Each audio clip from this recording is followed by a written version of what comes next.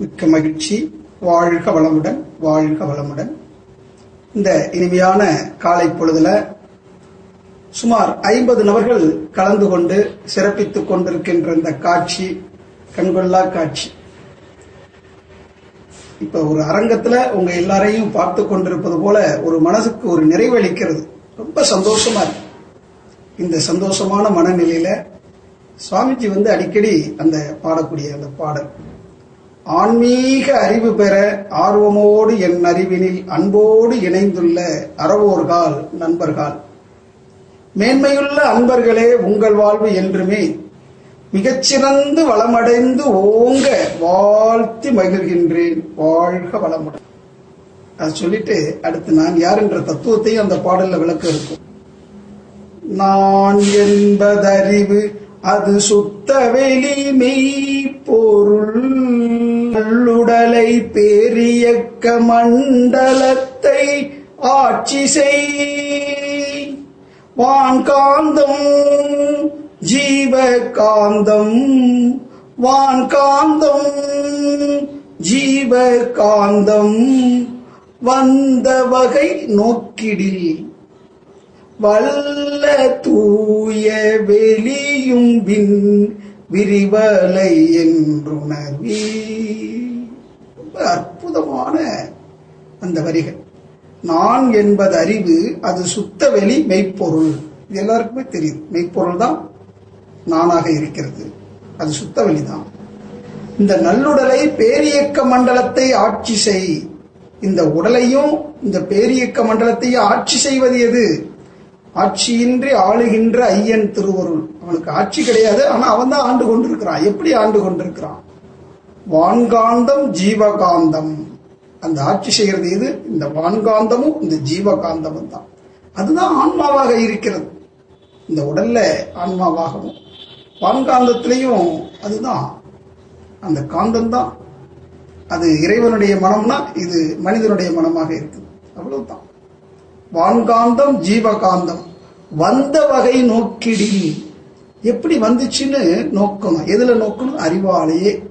அந்த அறிவை அறிவாலேயே நோக்கணும். எப்படி அந்த அறிவு வந்தது அப்படின்னு நமக்குள்ள இருக்கக்கூடிய அந்த அனுமான அறிவு என்று சொல்லக்கூடிய 6வது அறிவாகிய அந்த சிறப்பு நிலை, அனுமான அறிவு. ஒரு கான்செப்ட், ஒரு கருத்துக்குத்தான் அது எட்டும். கருத்துருவம். கண்களால புலன்களுக்கு எட்டாத அந்த தன்மை, ஆனா கருத்துக்கு எட்டும். அது அனுமான அறிவு. கான்செப்ட் என்றால் கருத்துருவம். அதை அனுமானம் பண்ணி பார்க்கக்கூடிய அந்த அறிவு நிலை. அது எப்படி இருக்கு அப்படின்போது நம்மளுடைய அந்த புலப்படும், மனதிற்கு அது புலப்படும். அதுவே அதுவானால் அதுவே சொல்லும். அது அதுவாகணும். எது எதுவாகணும்? இந்த மனம் அறிவாகும். ஏன்னா அறிவுல இருந்துதான் அலை, அறிவினுடைய அலை தான் மனமாக இருக்கு. அது இயக்கத்துல மனம், அடக்கத்துல அறிவு. அதனால இந்த நான் என்பது அறிவு அது சுத்த வெளி மெய்ப்பொருள், நல்லுடலை பேரியக்க மண்டலத்தை ஆட்சி செய், வான்காந்தம் ஜீவகாந்தம். வெளியில இருக்கிற காத்து எப்படி நமக்குள்ள இருக்குதோ அதே மாதிரி சுத்தியும் அந்த காந்த அலை தான் இருக்குது. அதே காந்த அலை தான் நமக்குள்ளே ஊடுருவி இருக்குது. இப்ப இந்த நான் உட்கார்ந்து இருக்கிற இடத்துல அந்த காந்த அலையை அடைச்சிக்கிட்டு இருக்கு. கொஞ்சம் நகண்டன்னா இந்த இடத்துல ஸ்பேஸ் வந்துருது. அப்படியே இந்த இடத்துல சைட்ல உள்ள ஸ்பேஸ் அடைச்சிக்கிறது. நம்ம இடம் விட்டு இடம் நகரும் போது அது அப்படியே ஊடுருவ விடுதுன்னா எல்லாத்துக்குள்ளே ஊடுருவி நிறைந்திருக்கக்கூடிய பாய்ம பொருள் நமக்குள்ளே இருக்கிறதுனாலதான் ஊடுருவவே விடுது. இல்லைன்னா தடையில்லை ஏற்படுத்தும். அதனால தங்கு தடை இல்லாம எங்கும் ஊடுருவி நிறைந்திருக்கக்கூடிய அந்த பாய்ம பொருள் வான்காந்தம். அந்த வான்காந்தம் இந்த உடல் அளவுல எல்லை கட்டி இருக்குது. இந்த உயிர் இயக்கத்தோடு இணைந்து இருக்கிறதுனால இது ஜீவகாந்தம். இது எப்படி வந்தது? வந்த வகை நோக்கிடிவு. அது என்னது? வல்ல தூய வெளி, சர்வ வல்லமை படைத்த, எல்லாம் வல்ல, எங்கும் நிறைந்த அந்த சர்வ வல்லமை படைத்த omni potent and omni present என்று அதனுடைய தன்மையை சொல்லுவோம். அந்த வல்ல தூய வெளி, சுத்த வெளி, தூய்மை. அதனாலதான் வெள்ளுன்னா தூய்மை, வெள்ளம் என்று சொல்வார்கள். வெள்ளம் என்றாலே தூய்மை. வெள்ளாவின்னு சொல்றாங்க இல்லையா? அந்த துணியெல்லாம் துவைச்சிட்டு வைப்பாங்க, ரொம்ப சுத்தப்படுத்துறது, அதில் உள்ள கிருமிகள்லாம் அகற்றுறதுக்கு வெள்ளாவி வைக்கிறதுன்னு அப்போ வைப்பாங்க. வெள்ளம் தூய்மை. அந்த அளவுல அந்த தெய்வீக பெருநிதி, அந்த பாய்ம பொருள் வள்ள தூய வெளி. அதிலிருந்து வந்த விண், அந்த தன் இறுக்கத்திலேயே அப்படி மடிப்பு விழுந்து நொறுங்கி துகள்களாகி விடுகிறது. அப்படி துகள்களாகி அந்த துகள்கள் கூடிய அந்த சூழ்ந்த அழுத்தத்தில் மீண்டும் அந்த துகள்கள் கூடிய தொகுப்பே விண்களாகி, அந்த விண்களுடைய தொகுப்பு மேலும் மேலும் மேலும் நெருக்கமாக இயங்கும் போது காற்றாக, அழுத்த காற்று என்று சொல்லும் போது வெப்பமாக, அந்த நீரும் நெருப்பு ஒன்றோட ஒன்று அதாவது அந்த வெப்ப காற்று லேசான காற்று ஒன்றோட ஒன்று கலக்கும் போது நீராகவும், நீர் கெட்டிப்படும் போது நிலமாகவும் அப்படியே தன்மாற்றத்தில் வருது பஞ்சபூதங்களாக.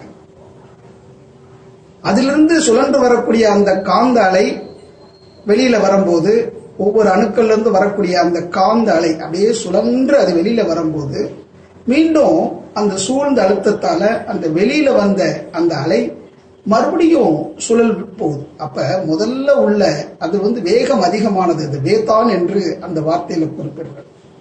அதிலிருந்து வந்த அந்த அலை வெளியில வரும்போது அந்த சூழ்ந்த அழுத்தத்துல மறுபடியும் அதிலிருந்து வந்த அலைகள் ஒரு சுழல் வேகம் பெறுது. அது யோகான் என்ற நிழல்வின் என்று சொல்கிறார் ஆசான் அருள் தந்தையர். அப்ப அந்த யோகான் என்ற அந்த நிழல்வின் என்ன பண்ணுது, அது அப்படியே கரையுது. இப்ப காற்றிலிருந்து வரக்கூடிய அந்த அலை அந்த சுத்த வெளியில கரையும் போது அது ஒளியாக, நெருப்பிலிருந்து வரக்கூடிய அந்த அலை அந்த களத்துல கரையும் போது அது சூடாக, வெளிச்சமாக. அது மாதிரி ஒவ்வொன்றிலிருந்தும் அந்த பஞ்சபூதங்கள்ல இருந்து வரக்கூடிய அலை அழுத்தம், ஒளி, ஒளி, சுவை, மனம் என்ற அளவுல பஞ்ச தன் மாத்திரை, அது ஒரு தன்மாற்ற அடி, பஞ்சதன் மாத்திரை என்ற அளவுல அதுல இருந்து பஞ்சபூதங்கள்ல இருந்து வரக்கூடிய அலைகள் இந்த வான்காந்தத்துல தன்மாற்றம் அடைந்து அடுத்து என்ன ஆகுது, அப்படியே சுத்த வெளியாகவே மாறிடுது.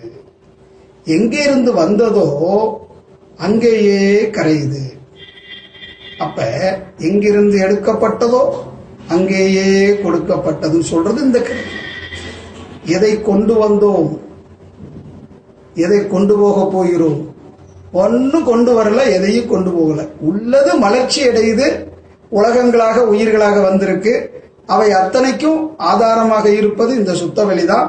அதுக்குள்ளதான் எல்லாம் இருக்கு. இந்த கடலுக்குள்ளதான் எல்லா ஜீவராசிகளும் உருவாகுது, உயிரினங்கள் அத்தனையும். எத்தனையோ வகையான மீன்கள் இருக்கு, வண்ண வண்ண மீன்கள், எத்தனையோ உயிரினங்கள் அத்தனையும் கடலுக்குள்ள இருக்கு. கடலுக்குள்ள இருக்கக்கூடிய அத்தனை மீன்களுக்குள்ளேயும் அந்த கடல் நீர் இருக்கு. அப்ப கடலுக்குள்ள தண்ணி, அந்த மீனுக்குள்ளேயும் தண்ணி. அதனாலதான் தங்குதடை இல்லாம நீந்த முடியும். அதே மாதிரி இந்த தெய்வீக காந்த வெளிக்குள்ளதான் நாம இருக்கிறோம், நமக்குள்ள அந்த காந்தம் இருக்கு. அப்ப வான்காந்தத்துக்குள்ளதான் நாம இருக்கிறோம், நமக்குள்ளேயும் அந்த காந்த சக்தி இருக்கு. அதனால இந்த உண்மையை நல்ல மனதுல பதிய வைத்துக் கொள்ள வேண்டும். அவனை அறிந்தால் நீ பெரியோன். எவன? அந்த இறைநிலையை உணர்ந்தாத்தான். அதை உணரணும். அந்த இறைநிலையை உணர்ந்தாச்சுன்னா அதுவே நாம இருக்கிறோம். அதனுடைய திணிவு தானே பஞ்சபூதம். அந்த பஞ்சபூத கூட்டு தானே இந்த உடம்பு. இந்த உடம்பு அப்படியே இந்த உடம்புக்குள்ள இயங்கிக் கொண்டிருக்கக்கூடிய அந்த விண் என்று சொல்லக்கூடிய ஆகாசம் அப்படியே சுழண்டோடி கொண்டிருக்கிறதுனால உயிரோட்டமாக இருக்குது. அந்த உயிரோட்டம் இந்த உடல் இயக்கம் நின்றுச்சு, இந்த உயிர் இயக்கம் தனியா போயிருச்சுன்னா அவ்வளவுதான். இந்த உடலும் உயிரும் இணைந்து இருக்கும் போது நட்பாக இருக்கிற வரைக்கும் தான் இந்த வாழ்க்கை என்பது. அப்ப இந்த காலகட்டத்துல நம்மளுடைய நோக்கம் என்னன்னா, அந்த தெய்வீக நிலை எப்படி இயங்கிக் கொண்டிருக்கிறது, எனக்குள்ள எப்படி அறிவாக இருக்கிறது என்பதை உணர்வதுதான், ஆனந்தமா இருக்கிறது தான்.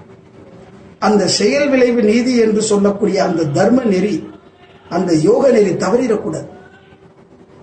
எப்படி நாம இணைந்தே இருந்தால் அந்த பேரானந்தம் தான் இருக்கும்.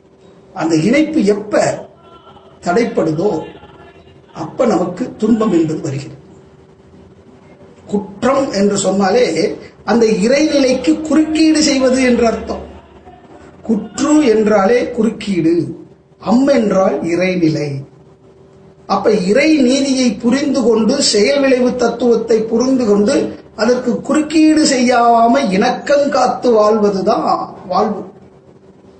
அப்ப அந்த தெய்வீக பெருநிதியாக இருக்கக்கூடிய அந்த தெய்வ நிலையினுடைய தன்மைகளை புரிந்து கொள்ள வேண்டும். தரம் 4 தரம்.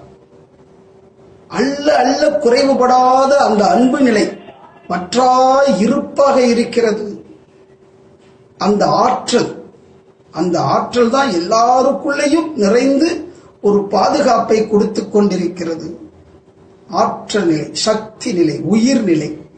அந்த அன்பின் வழியது உயிர்நிலை என்பதையும் புரிந்து கொள்ள வேண்டும். அந்த விண்ணோட தன்மை ஆற்றல். அறிவு நிலை, அதுதான் அடிப்படை. அடங்கி இருந்த அந்த அறிவு அப்படியே கருணை உணர்வோடு அந்த இயக்கத்தை சுற்றிலும் சூழ்ந்தழுத்தி ஒன்று முறையாக இயங்குவதற்கு அந்த விளக்கு மாற்றல் என்ற ஆற்றலாக அந்த இயக்க ஒழுங்காக செயலாற்றி கொண்டிருக்கிறது அந்த பேரறிவே. அப்ப அந்த ஆற்றலும் விரைவும் எங்கே இருக்குது? இந்த வற்றா இருப்புல தான் இருக்கு. இருப்புல இருந்து தான் வந்தது அந்த ஆற்றலும் அறிவும். இருப்பு இல்லைன்னா ஆற்றலும் கிடையாது, அறிவும் இல்லை. அப்ப அந்த வேகம் விவேகம் என்ற அந்த இரண்டு தன்மைகளும் அந்த இருப்புல தான் இருக்கு. இருப்பு நிலைவெளியா இயக்க அலைவின்னாய் உருப்பொருள் அத்தனையும் உருவானது அறிந்திட்டேன். எப்படி உருவாகுது?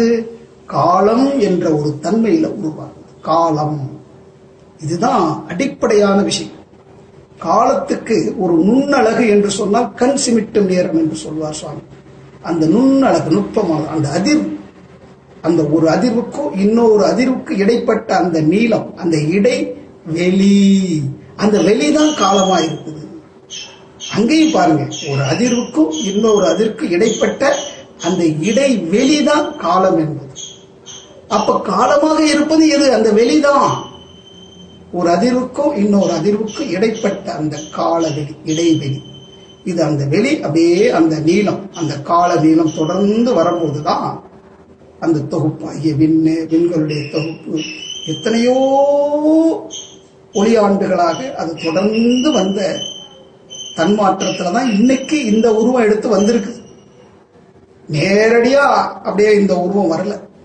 கருத்தொடர், வித்து தொடர், ஒரு உயிர் தொடரோட வரணும், இல்ல அந்த இயக்கத்துல வரணும். அந்த இயக்கத்துல பஞ்சபூத இயக்கத்திலையும் அந்த தொகுப்பு வரணும். அது ஜடப்பொருளாக இருக்கிறது. வானுலகம், கோள்கள், நட்சத்திரங்கள். அதுல இந்த பஞ்சபூத சக்தி ஒரு விகிதாச்சாரத்துல இந்த பூமி போன்ற ஒரு ஆற்றலுடைய ஒரு கோள்ல தான் ஓரறிவு அந்த உள்ளுக்குள்ள அடங்கி இருந்த அந்த ஆற்றல் எழுச்சி பெற்று வரும்போது புள்ளினமாக முதல்ல ஒரு தாவரம் மாதிரி வருது. கடலுக்குள்ள அந்த பாசிகள் போல இருக்கு. கடல்லையும் அந்த உயிரினங்கள் உருவாகுது, அதே மாதிரி நிலத்திலையும் உருவாகுது. இப்படி உருவாகி வந்த அந்த உயிரின தன்மாற்றங்கள் முதல்ல பிரபஞ்ச பரிணாமம் என்று சொல்லக்கூடிய அளவுல சுத்தவெளி பஞ்சதன் மாத்திரை என்ற அளவுல, அதாவது பஞ்சபூதங்களாகி அந்த பஞ்சபூதங்கள்ல இருந்து அந்த தன்மாற்றம் அழுத்தம், ஒளி சுயமலம் இப்படி மாறி சுத்தவெளியாக மாறி அந்த வான்காந்த ஆற்றல் இந்த பிரபஞ்சம் முழுவதும் நிரம்பி இருக்கிறது. அந்த பிரபஞ்சத்தில் இருக்கக்கூடிய வான்காந்தம் தான் இந்த பிரபஞ்சத்தையே ஆண்டு கொண்டிருக்கிறது. அதற்கு அப்பால இருக்கக்கூடிய தூய வெளிதான் அதுக்கு இடமாக இருக்கிறது. அந்த தூய வெளியில இருக்கக்கூடிய ஆற்றல் தான் எல்லா பக்கம் சூழ்ந்து அழுத்தி இயங்க செய்து கொண்டிருக்கிறது.